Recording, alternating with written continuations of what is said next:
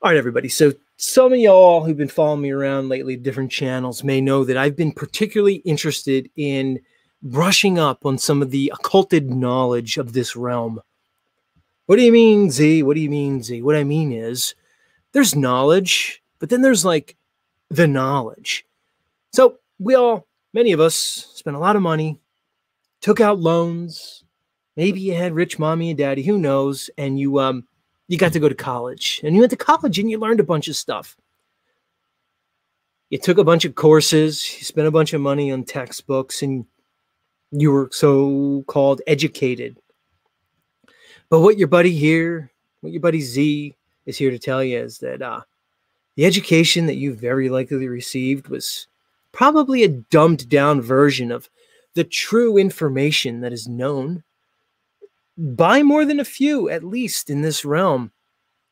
Information that, at least by my understanding, has been occulted, hidden. Well, how did they do it, Z? How could they hide it? Why would they hide it?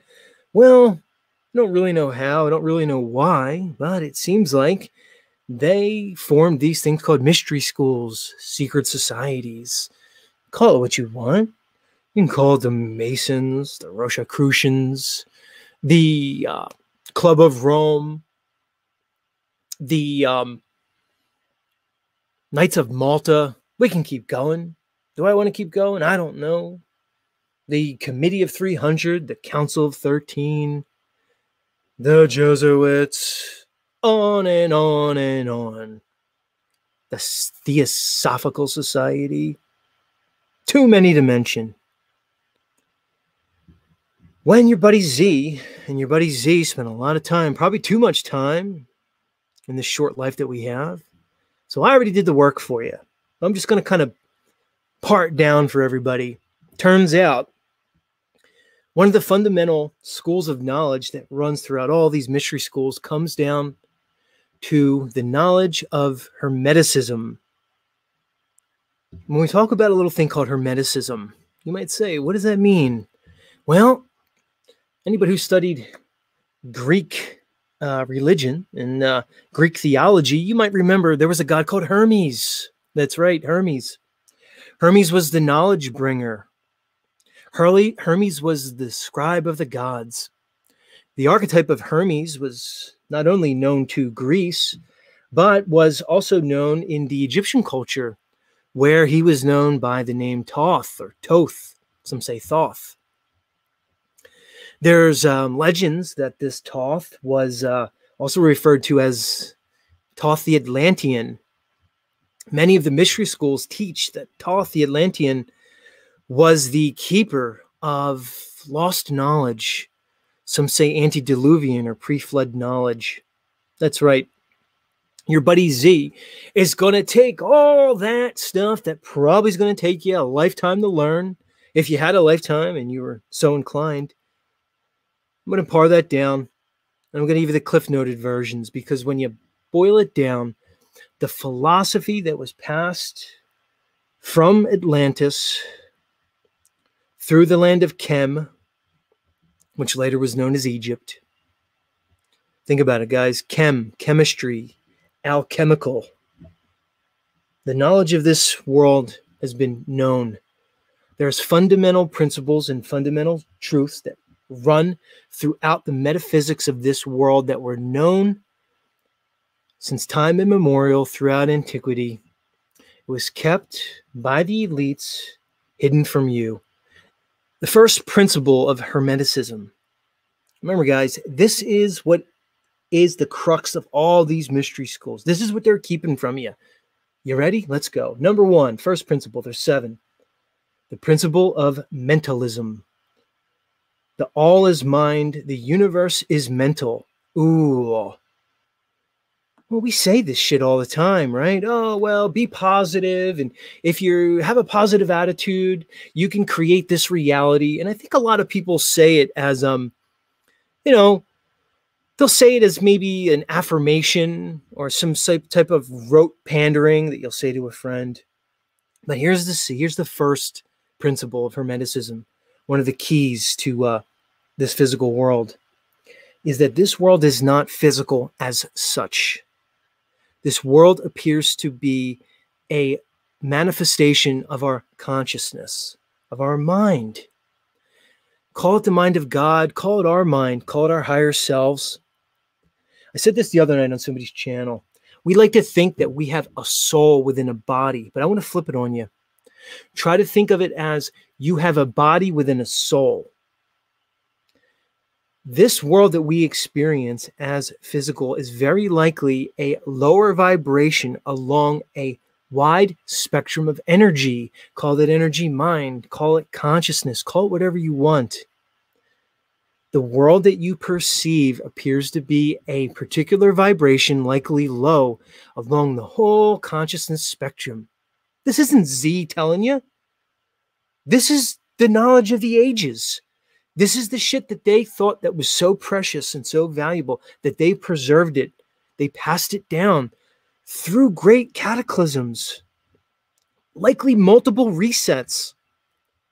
Civilization, cultures have risen and fallen, but this knowledge has maintained.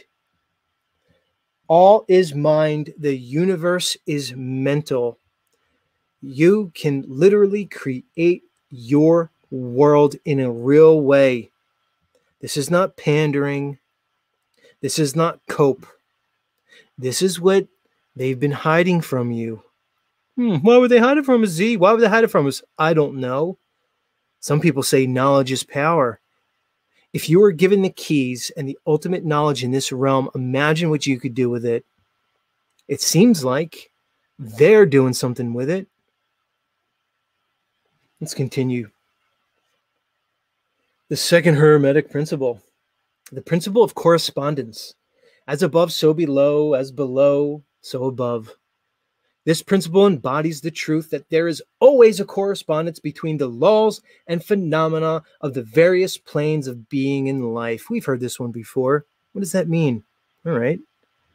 If all is mind, all is consciousness, all is spirit, and we can conceptualize our existence in this reality along a spectrum of energy, the principles that govern this particular plane of existence also govern all the other planes of existence.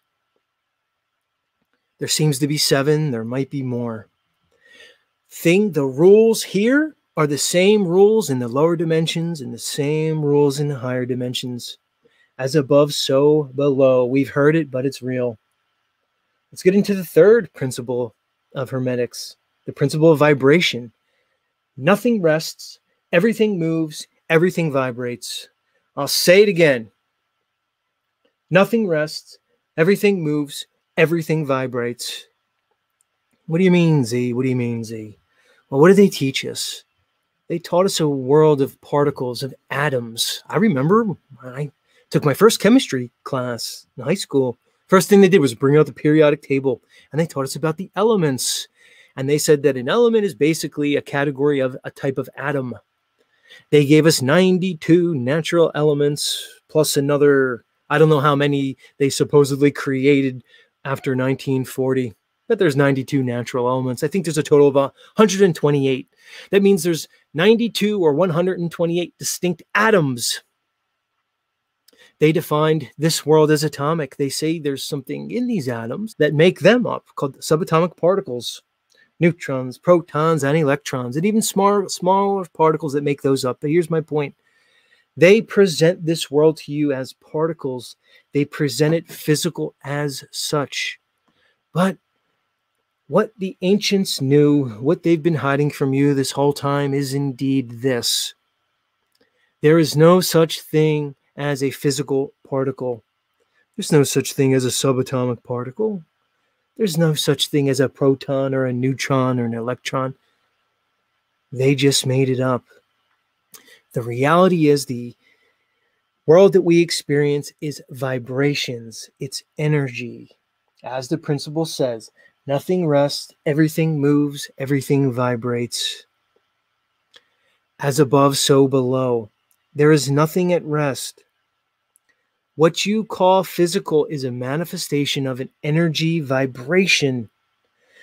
This just doesn't mean the world around you. This means you yourself.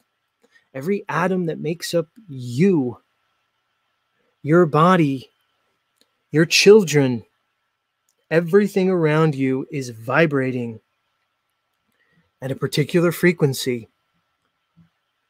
Moving right along. Principle number 4, the principle of polarity. Everything is dual, everything has poles, everything has its pair of opposites. Like and unlike are the same. Opposites are identical in nature, but different in degree. Extremes meet. All truths are but half-truths. All paradoxes may be reconciled. Polarity. I've said this often, I'll say it again for you newbies. Very likely we live in an electrical so-called universe, an electrical reality. They give you multiple forces. Very likely the only force that, well, is at least demonstrable is electricity, electromagnetism, electrostatics. This is an electrical world from the top down.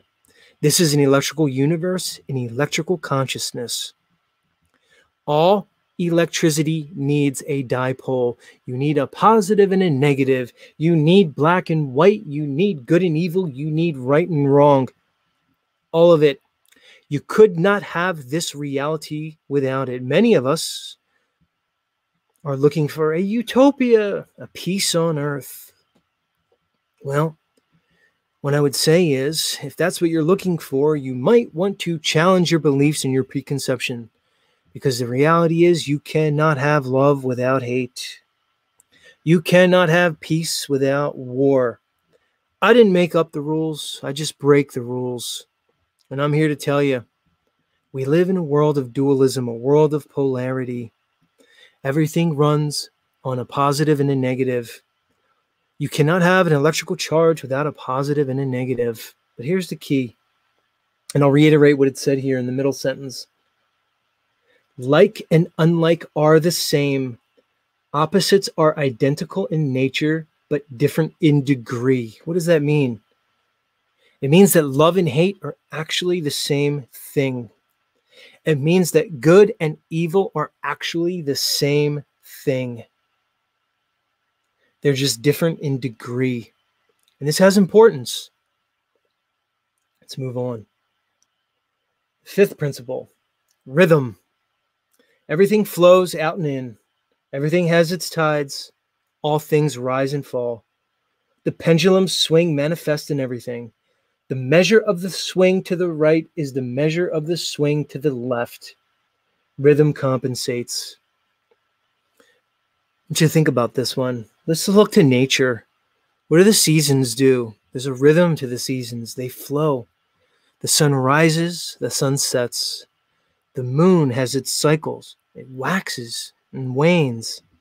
The seasons come and go. The heavens spin above us.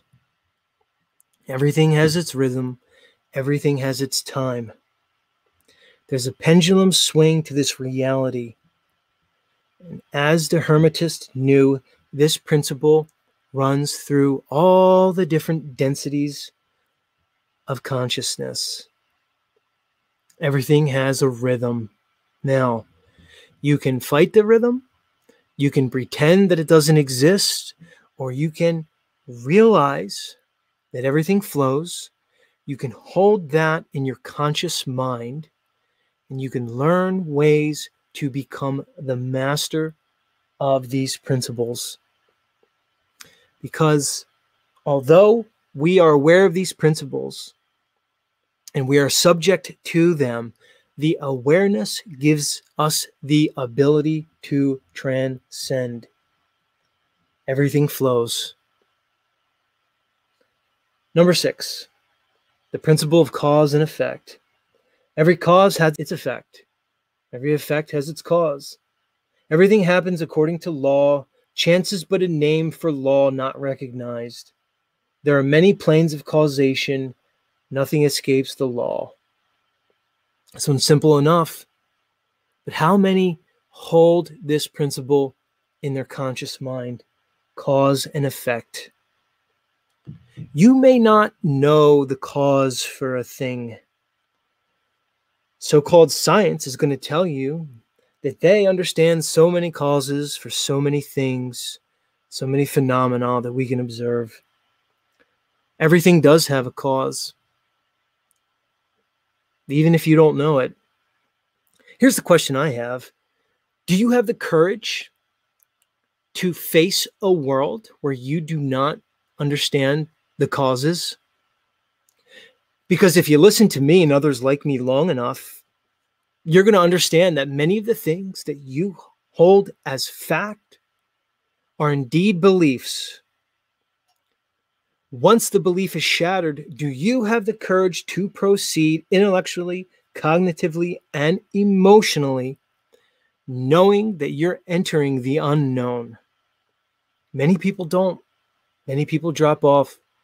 Many people choose comfortable lies over uncomfortable truths. Who are you going to be? And the final principle, the principle of gender. Gender is in everything. Everything has its masculine and feminine principles. Gender manifests on all planes. Now, we often associate gender with sex or sexuality. I just like to think of sexuality as the physical manifestation on this plane of the principle of gender. Gender runs through everything. Look at the Romantic languages stemming from Latin. Things in this world are given a gender characteristic. The moon is typically feminine. The sun is masculine. On and on and on. We see this throughout language. We see this throughout nature. Everything has a gender. Masculine and feminine.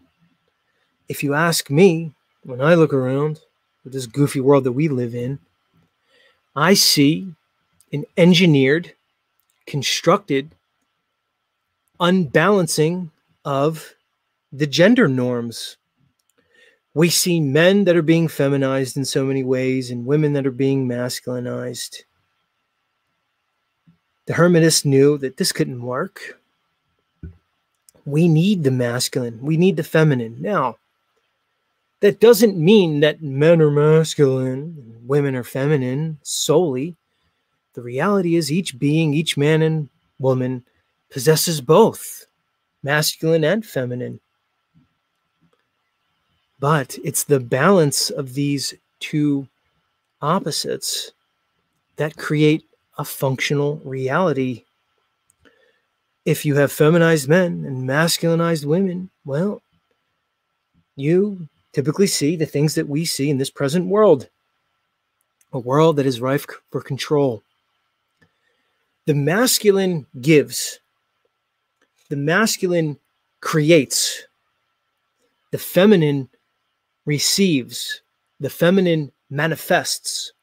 Well, if we have a feminized society, we have a society of manifestors. So who's the creators? Well, I see the creators as likely the people who have been in control of this information that Z's kind of letting you in on. The ones who have held this information throughout the ages seem to be the ones that are creating a world that we as conscious manifestors are creating for them.